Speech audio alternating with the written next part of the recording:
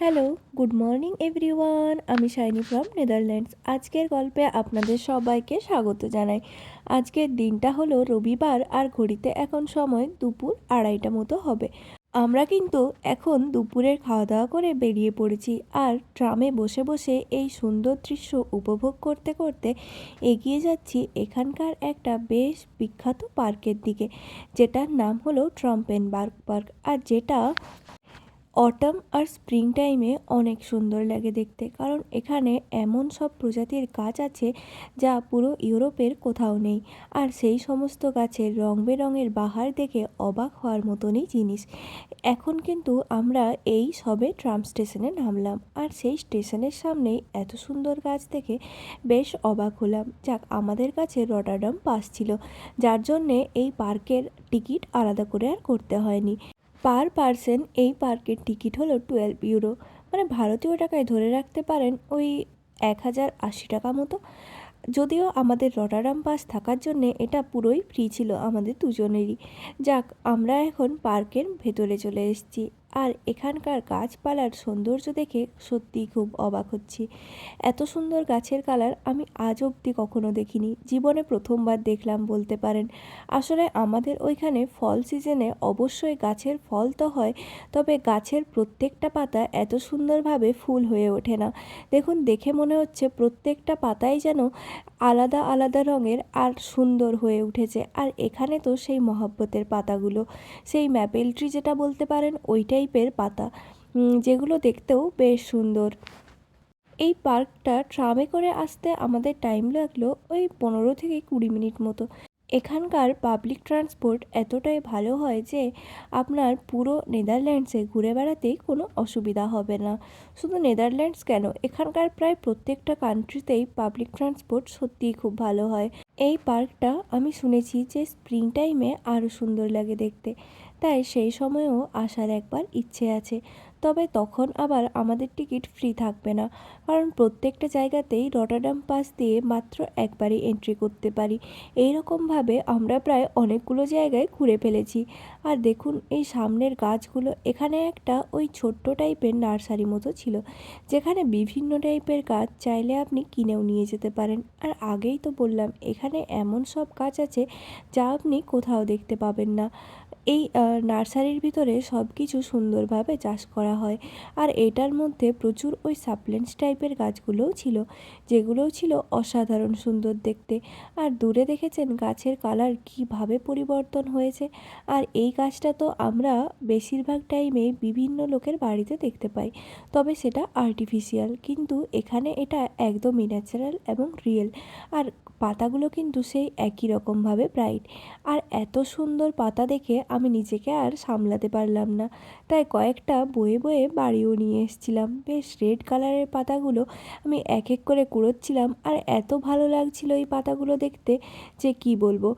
এখনও পর্যন্ত আমি ওইগুলোকে বাড়ির মধ্যে রেখে দিয়েছি। আর যখন আমরা এই পার্কের মধ্যে এলাম, তখনই আমাদেরকে একটা ম্যাপ দিয়ে দিয়েছিল, কারণ এই পার্কটা এতটাই বড় যে আমরা যদি এই ম্যাপ দেখে না যাই তাহলে হয়তো দেখবো একই জায়গাতে ঘুরে বেড়াচ্ছি, বা পুরো পার্কটা ঘুরে দেখতেই পারলাম না। যাক, আরেকবার ভালো করে মিলিয়ে নিলাম। এই ফুলটা দেখুন কি সুন্দর অপূর্ব দেখতে, সে আমাদের ওইখানে কদম ফুল হয় না, ঠিক ওই টাইপের, তাই না? এখন তো এখানে সব গাছের পাতা এক এক করে ঝরে পড়ছে, আর 7 থেকে 8টা দিন পরে আসলে দেখবেন কোনো গাছেই পাতা নেই, আর প্রত্যেকটা গাছ একদমই পাতা শূন্য হয়ে দাঁড়িয়ে আছে। আবার যখন মার্চ বা ফেব্রুয়ারি মাস চলে আসবে, তখন দেখবেন প্রত্যেকটা গাছেই নতুন নতুন পাতা হয়েছে, আর সুন্দর সুন্দর ফুল হয়ে চেরি ব্লসমস করছে। যাক, আর কয়েকটা দিনের অপেক্ষা, তারপরই আর এই গাছে একটিও পাতা দেখতে পাওয়া যাবে না।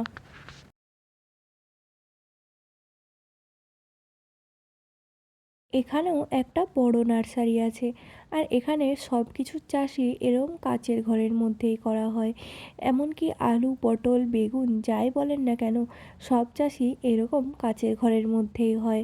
শুধুমাত্র টিউলিপের আমি অনেক বড় বড় ফিল্ড দেখেছি, আর সেই টিউলিপের টাইম আসতেও এখনও বেশ কয়েকটা দিন দেরি আছে। তবে এই পার্কের মধ্যে প্রাইভেট প্রপার্টিও আছে। এছাড়াও একটা হোটেল বা রেস্টুরেন্ট টাইপের আছে, যেখানে এসে আপনি খাওয়া দাওয়া করতে পারেন বা ওই হোটেলে একটা রাত কাটাতে পারেন এই সমস্ত সুন্দর সুন্দর গাছের মধ্যে। ওই যে দেখুন দূরে হোটেলটা দেখা যাচ্ছে, এই গাছটা তো খুবই সুন্দর, প্রত্যেকটা গাছের লাল পাতাই যেন আমাকে প্রচণ্ড বেশি আকর্ষণ করছে আর দৃষ্টিও আকর্ষণ করছে। আমরা যদিও এখানে আসতে একটু লেট করে ফেলেছি, আর যদি 5-6 দিন আগে আসতে পারতাম তাহলে হয়তো এর দৃশ্য আর অন্য রকমই হতো। যাক, পরের বার একদম ঠিক টাইমে আসার চেষ্টা করব। আমাদের হাতে বেশি টাইম ছিল না, তাই বসে বসে এই পার্কের সুন্দর দৃশ্য উপভোগ করতে পারলাম না। তবে অনেককেই তো দেখলাম যারা এই চেয়ার টেবিলগুলোতে আরামসে বসে আছে আর এই পার্কের সুন্দর দৃশ্য উপভোগ করছেন। এত সুন্দর দৃশ্য যে চোখে দেখলেও চোখের তেষ্টা মিটবে না। আমরাও ভাবলাম কিছুটা টাইম যদি বসে কাটাতে পারতাম তাহলে ভালোই হতো। আর এখানে এতটাই বেশি ঠান্ডা ছিল যে আমাদের পক্ষে এই ঠান্ডায় এখানে বসে থাকাও ছিল একেবারেই অসম্ভব।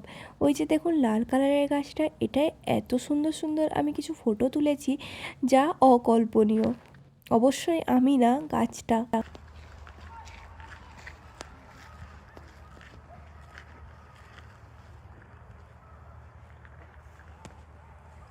ঘুরতে ঘুরতে আমরা কিন্তু একদম এন্ট্রি গেটের সামনেই চলে এসেছি। আর এখানে এই নার্সারির বিভিন্ন টাইপের গাছ রাখা ছিল, আর প্রত্যেকটা গাছের কিন্তু নামও লেখা ছিল, আর সেগুলোর কত করে প্রাইস সেটাও লেখা ছিল। এটা হলো এখানকার রিসেপশন, আর যেটা খোলা থাকে সকাল 10টার থেকে বিকেল 5টা অবধি। আর এইটা হলো এখানকার গেট। গেটটাও কিন্তু খুব সুন্দর দেখতে, তাই না?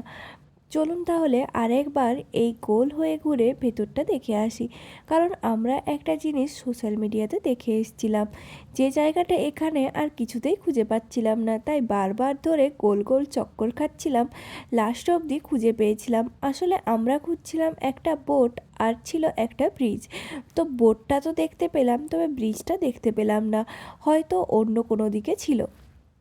পুরো পরিবেশটা যে কতটা শান্ত সেটা এখানে না দাঁড়ালে বুঝতে পারবেন না। যদিও এটা একদমই রোডের ওপরে, তাও এখানে তো মানুষজন হর্নও বেশি ইউজ করে না, যার জন্যে এতটাই শান্ত। এটা হয়তো আগের উইকে আরও ভালো থাকতো না?